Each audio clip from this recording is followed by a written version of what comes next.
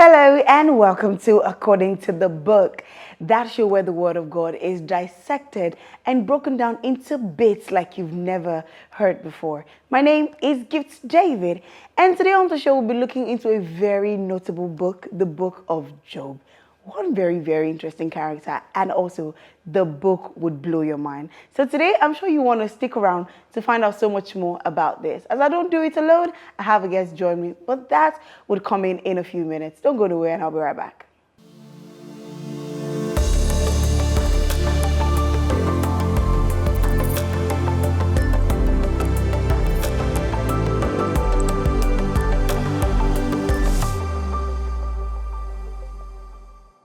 Welcome back to According to the Book. This indeed is the best place for you to be right now because of the truth that is about to be revealed to you today on the show. And also, the many questions in your heart about the book of Job will be answered, and overall, the blessings that comes with it. I'm not doing this alone. I have a guest who will be joining me today on the show. I'm sure you want to find out who this is because he's a minister of the gospel and he will be breaking down the book of Job to us in a minute. But right now, let's go find out who he is. I'll be right back after that.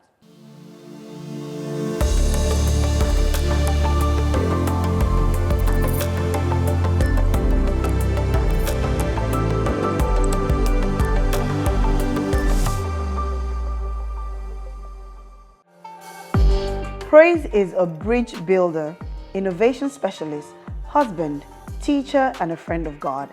He is a steward of Yahweh Diaries, a community that helps people recognize the love of God in their lives and subsequently pour out the same love to others in God.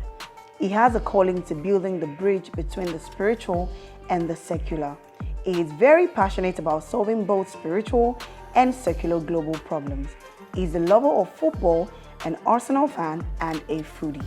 Ladies and gentlemen, welcome, Praise. Thank you.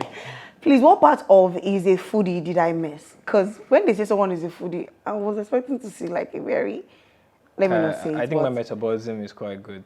it's extremely good. Can we switch? It doesn't show. Because I just need to breathe food and I'm But the genes are there. Genes are there. The genes are there. So if I slack, if you tell me your age right now, I'm sure I won't believe it. let's not go into it. But then it's so good to have you on the show. How are you doing today? Very well, thank you. I can see that. You look very well. Looking forward to sharing my thoughts. And Heard a lot about the show. Yeah. And yeah, looking forward to experiencing it and seeing how it goes. Okay. All right, so you steward a community called Yahweh Diaries. Mm-hmm. Can you tell us more about your community and what led to it? So yeah, I think it was born out of like a personal experience of God's love. Okay. And what I realized is a lot of people are in pursuit of growth in Christianity.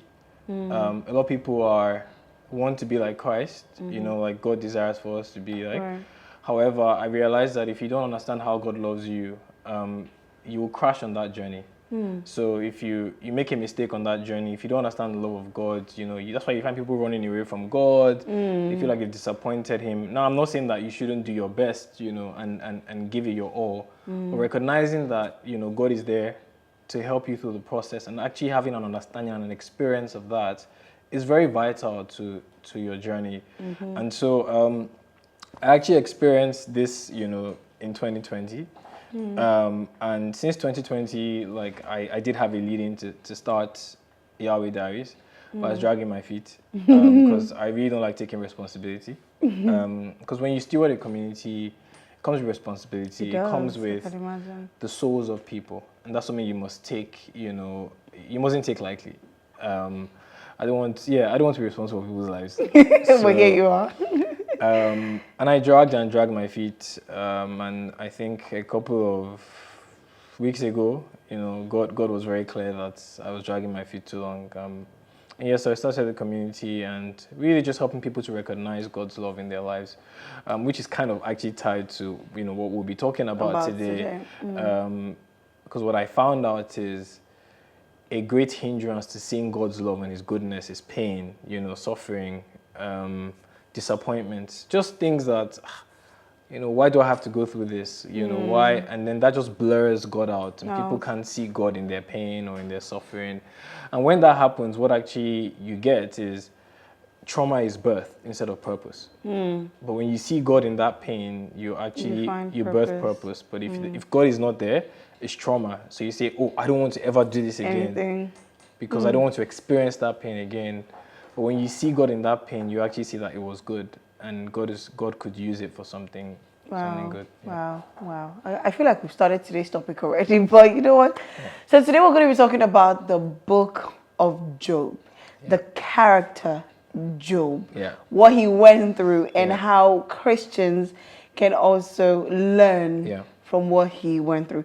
Now, the Bible described Job as a righteous man. Yeah. And yet he went through that kind of pain. Exactly. Why? I mean, you're smiling because this is a lot of questions that people would ask. Yeah.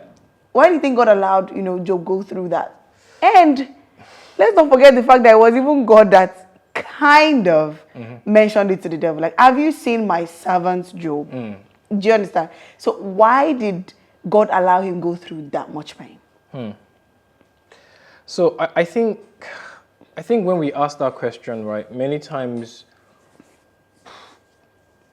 we're thinking, this is such a good person. They don't deserve this, right? In fact, the scripture, the book of Job opens by saying that he was a man that feared the Lord and eschewed evil. Like that's someone who is morally upright. Yes. Essentially, he obeyed commandments. And just before I really answer that question, let me just say something about the book of Job. Okay. So there are 3 books in the Bible that are sometimes classified as the wisdom literature. Okay. And that's Proverbs, Ecclesiastes, and Job. Okay. And when you look at the book of Proverbs, there's this emphasis on, wise words, cause and effect. If you do this, this will happen. Don't do this, don't do that. And there's an emphasis on getting wisdom and getting knowledge and, and getting understanding, right? But then you go to Ecclesiastes and you see him basically say that, all is vanity. The race is not to the swift, the battle is not to the strong. So all the principles you see in Proverbs, you realize that in Ecclesiastes, they don't always apply. There are situations where somebody is swift, but they don't win a race. Somebody is strong, but they don't win a battle, right?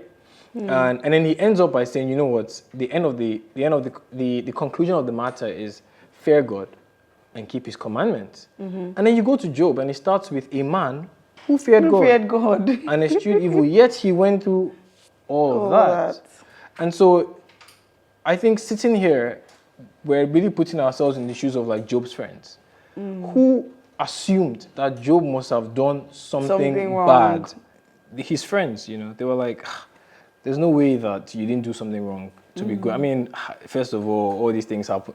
Like, who has this happened to? This much atrocities. Before. And what's very interesting is, because of, is a part in Job where his friends are saying, inquire of the ancients. They're basically saying, even go and ask the people who have been before us, you must have done something wrong. God doesn't treat good people like this. That's essentially what they were paraphrasing. And everybody was talking. All these, Bildad and Eliphaz, they were all talking.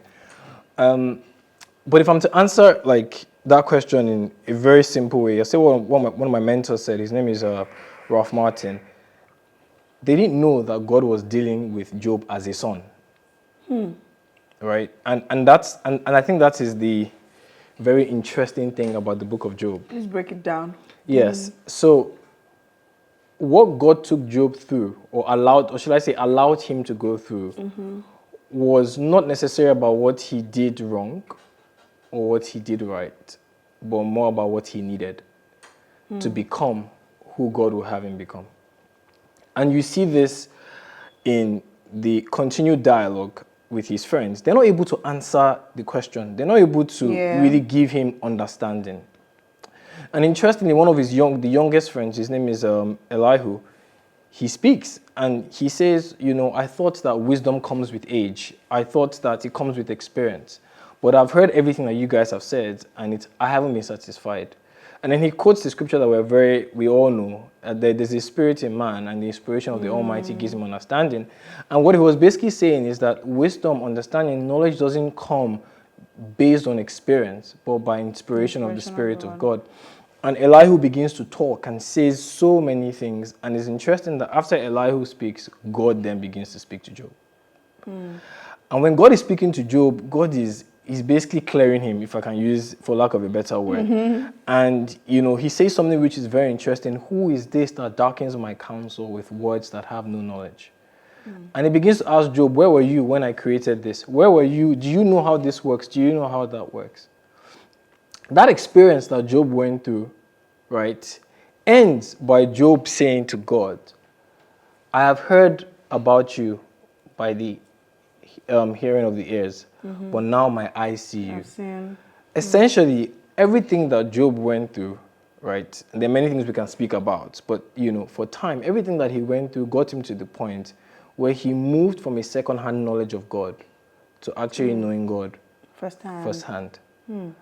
And really, if you want to speak in New Testament language, or which is just a semantic, it is like God took Job through a process that conforms him more to the image of Christ. And we all are going to go through that journey. As if you want to be a believer, you're going to go through a baptism of fire. You're going to go through things that would burn you. You're going to go through things that will be inconvenient, things that wouldn't make sense to you.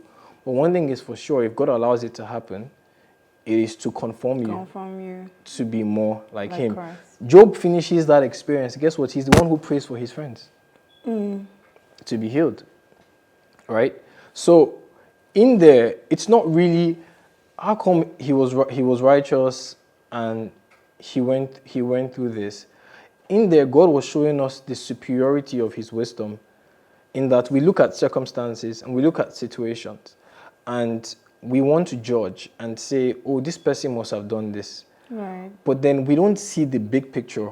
For example, Job did not know that they had a meeting in the council in heaven and Satan came. And it was because God was even boasting about him. And guess what? That boasting is, okay, let's test this boasting that you're doing. Let's prove that he's really who he is. And that process approved him. And many of us might say that we don't want to go through what Job went through, but the truth is we do go through it in different ways. Right. In that heartbreak, in that thing that you believed God for, in that disappointment, in those events that just came into your life that you didn't plan for, what did you do to deserve that? In there, many times you will find that you drew closer to God. Are we saying that God uses evil? No. But the truth about the world and our lives and the mystery of our lives is that what is going to conform me to Christ is not what's going to conform you to Christ.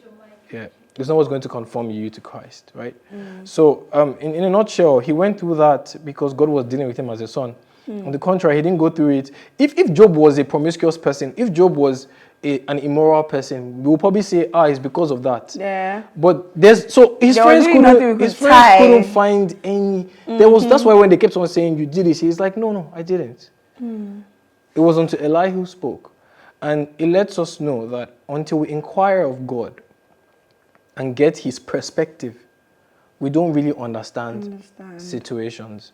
And to take that answer a bit further, there are two other samples in the Bible that flow with that.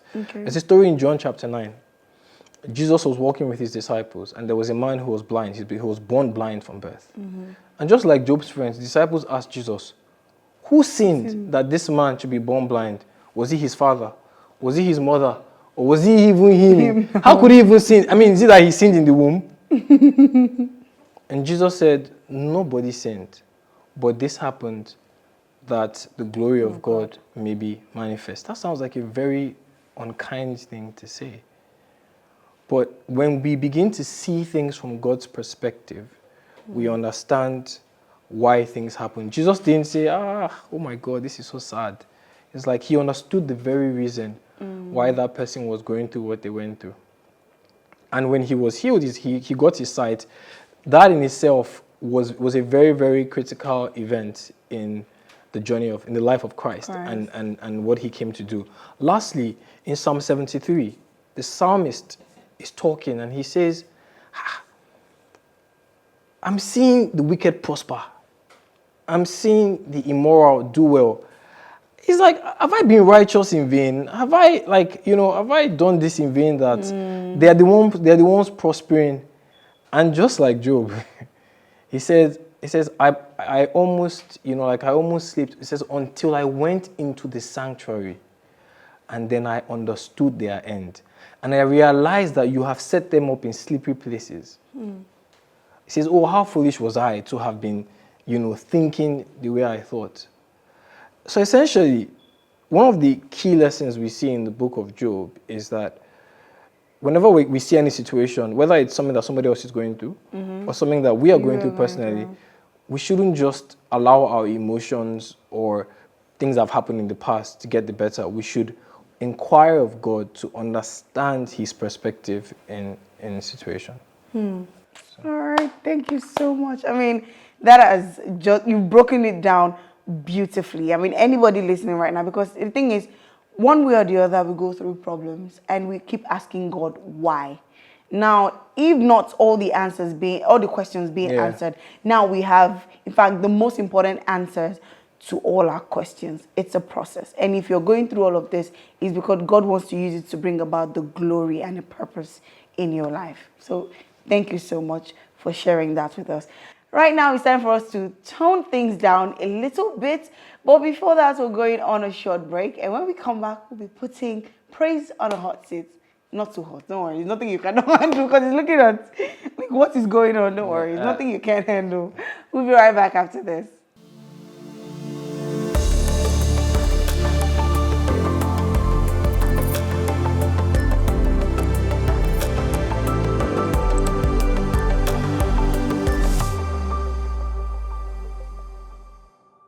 Welcome back to According to the Book. My name is still Give David, and of course I have Praise still here and breaking down to bits the book of Job.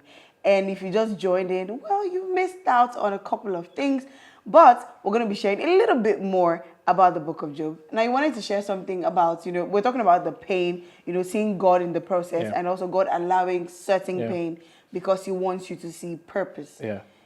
But sometimes you might get it twisted. Yeah. So I would like you to shed more light on that. Yeah, thanks for that. I just wanted to say that in the context of Job, right? You see a man who had lived an upright life. Righteous man. He was a righteous man, and God allowed certain things to happen. And those things that came were actually sort of like a refining process to approve him of the bragging that God had done about him in the courts of heaven. And so there's pain that we go through that is not as a result of God's bragging. There's pain that comes as a result of ignorance, not knowing what you should do and things like that.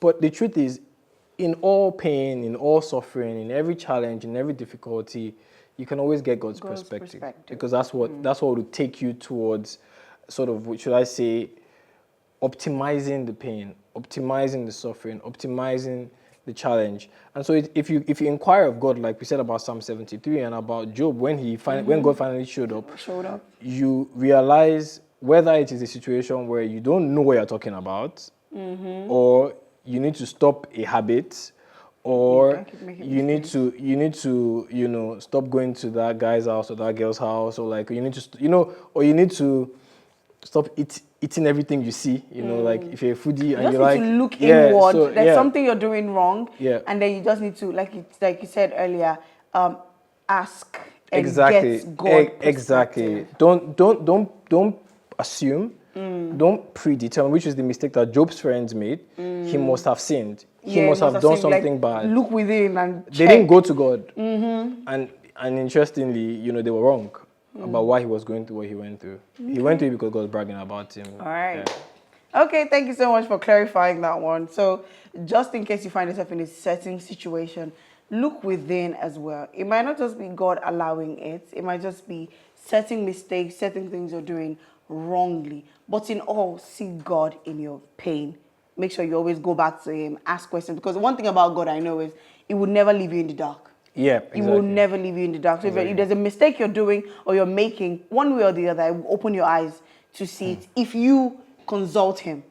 Because you can't sit down and expect the answer will just fall on your lap. Sometimes you can delay to answer, but... Right, but regardless. But just hold on to him. You will find, you will definitely find answers to all of your questions. Thank you for that one. So right now, it's time for Off the Top. So Off the Top is a game where I'd be asking, it's like a this or that answer. Okay, so it also helps us to get to know a little bit more about you. Seems like a setup, but yeah, let's go. Don't worry, but you don't have time to think about it. Okay. I ask, you answer me real quick. Okay. All right, your time starts now. Tea or coffee? Tea. Audiobook or print? Audiobook. Summer or winter? Winter. Train or airplanes? Train. Strength of Samson or wisdom of Solomon? Wisdom of Solomon. Which would you rather be at, the birth of Jesus Christ or at his resurrection? Birth of Jesus Christ. Stage play or concert? Music concert. Stage play. You said the birth of Jesus Christ. Why would you rather be at the birth of Jesus Christ? Well, because if I'm at the birth, then I can make it to the resurrection as well. Oh. But if I pick the resurrection, I might not have been at the birth.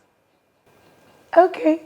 Such faith. That's lovely. Okay, so the next segment, we're going to be testing your vocal dexterity and your lyrical prowess. The way you're looking at me like, you just want to set me up. Don't worry, you got this. Okay, so that is called the karaoke segment. But before that, we're going to go on a short break.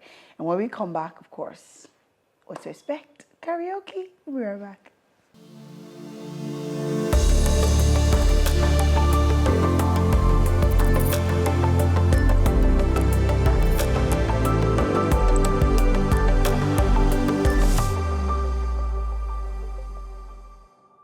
All right, welcome back to According to the Book. And guess what? It's time for karaoke. And praise, will be praising the Lord in this segment with his voice, okay?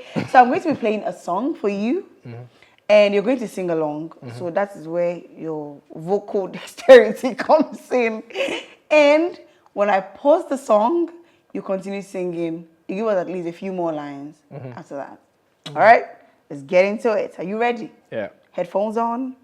I'm going to play the song for you, and it's a very popular song. Don't worry, you know it. Yeah, I know of the song. I don't know the song. Okay, then, just listen. I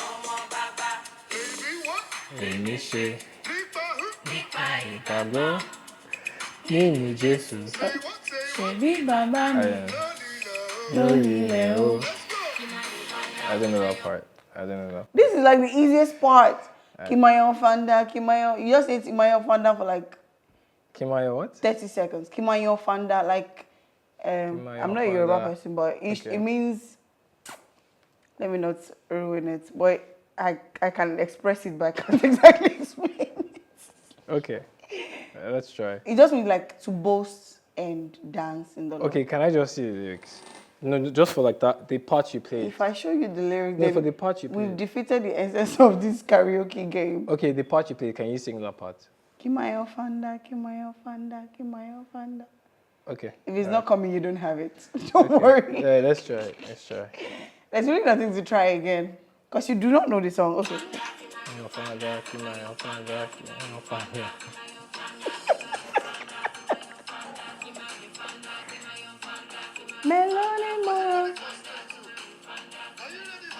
Are you ready now? Okay. I will fail. I will actually fail. Wow. I can't even score you because you did not even attempt. I tried. No, I said Omo Baba. The ones you picked from TikTok videos. But anyway, thank you so much for coming on today. I'd hate to score you because if I should score you, it's not a very encouraging score. Yeah. But regardless, I mean, it's been really insightful having you on the show today, breaking down the book of Job and also relating it to our present lives, our present day lives as Christians, and also how we can emulate the life of Job as a righteous man. So thank you so much for sharing these words with us. So, go ahead, sorry. So No, I was just going to say, I mean, I didn't get to, you know, do the karaoke thing, but should I play another song for you? You really want to do this? Well, I mean, like, if I play another song, I don't know it. You're going to pay me for my time. I was thinking of a song that perhaps fits the theme. Perhaps. Perhaps. Okay. When we have you on the next episode, exactly. would play a song that's more fitting. Yeah. Yeah, would have you send us your playlist. But I mean, thank you so much. And I'm sure our viewers at home are also wondering, so how do we get to meet Praise, know more about Praise, and also join Yahweh Diaries? I mean, you have a community, a beautiful community where you talk about the love of God. Yeah. And I'm sure someone also wants to join this community. So how can they reach you and also join this community if they want to? So maybe you have like an Instagram page. Well, I just have my personal Instagram page, which is Praise Olutuasie on Instagram. Praise Olutuasie. Yes, on Instagram. Okay. And then we have a Telegram group for Yahweh Diaries. We meet on Thursdays at 7:30 on Zoom. So if you reach out to me on Instagram, we'll send you the link to join the Telegram group. So we're a small community going. Doing big things. If the Lord leads you and you want to learn more about God's love, how to recognize it, and then, of course, how to then pour it out to others and to God, I'm sure God will help us help you. All right. Thank you so much for that one. All right. Until I come your way next time, my name still remains Gift David. Feel free to follow me on Instagram as well at _Gifty. And most importantly, do not miss following us on Instagram and any other social media platform out there at Live TV Africa. Live TV Africa, Twitter, Instagram, Facebook, Live TV Africa to catch up on all the other updates and everything else you've missed out on our shows. All right? Till I come your way next time, do not forget to always pray to God for strength and do not stop showing love of God to everyone around you.